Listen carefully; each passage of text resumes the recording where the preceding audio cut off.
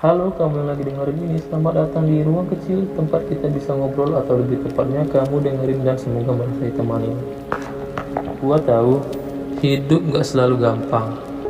Kadang kita ngelewatin hari dengan kepala penuh beban dan hati yang berat. Hari ini gua pengen ngomongin tentang rasa capek. Tapi bukan capek biasa.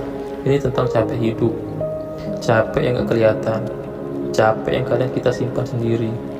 Dan anehnya, meskipun capek, kita tetap jalan terus. Kenapa ya? Gua nemu satu quote dari Haruki Murakami. Ketika kita keluar dari badai, kita bukan orang yang sama lagi. Karena badai itu bukan cuma tentang bertahan, tapi juga tentang berubah. Gua rasa itu yang sering kita alami tanpa sadar. Setiap lelah, setiap jatuh, setiap hari berat, pelan-pelan kita berubah.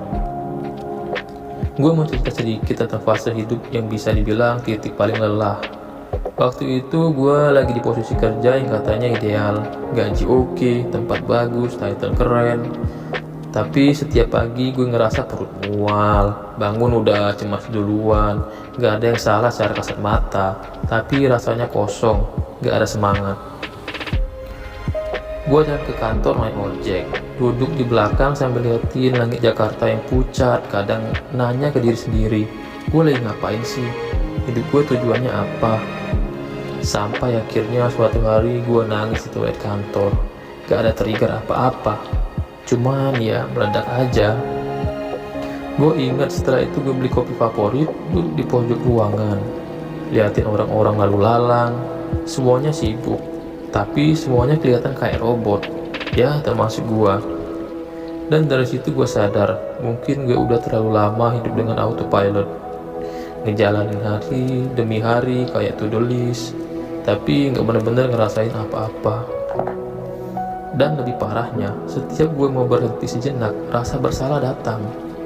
Kayak ada suara di kepala yang bilang, lu malas, lu harus tetap terus produktif, jangan ketinggalan. Padahal kan istirahat tuh bagian dari bertahan hidup. Gue mulai lebih peka sama sekitar, orang-orang di kereta dengan wajah kosong, teman yang bilang gue capek banget sambil senyum palsu. Kita semua kayak hidup dengan luka yang ditutup rapi, gak kelihatan tapi nyata. Gue mulai nyimak hal-hal kecil, kayak anak-anak kecil yang ketawa, barista yang menyapa pakai nama, atau cahaya sore yang kena jendela kamar. Dan ternyata hal-hal kecil itu bikin gue bertahan. Hari-hari berat tetap datang, tapi ada jeda, ada napas, ada harapan kecil di antaranya. Sekarang coba jawab dalam hati 3 pertanyaan ini. Apa hal terkecil hari ini yang bikin lu bertahan? Yang kedua, kapan terakhir kali lu benar-benar istirahat? Dan ketiga, siapa yang lu rindukan tapi gak pernah lu hubungin lagi? Ya gak usah buru-buru jawab, simpan aja biar jadi bahan obrolan lu sama diri lu sendiri. Gua tahu kadang hidup itu kayak lorong panjang tanpa lampu. Kita jalan sambil ngeraba, gak tahu arahnya kemana. Tapi percaya, lu gak sendirian. Ada jutaan orang yang lagi berjuang dengan cara mereka sendiri. Ya boleh capek, lo boleh berhenti sebentar, nangis juga gak apa-apa. Itu bukan kelemahan, itu bukti kalau lo masih punya hati. Hari ini mungkin berat, tapi lo berhasil melewatinya, dan itulah suatu hal yang luar biasa. Besok coba pelan-pelan, jangan kejar semua hal sekaligus. Fokus sama satu hal kecil yang bikin lo senyum. Terima kasih udah dengerin. Ya semoga malam ini lo bisa tidur lebih tenang.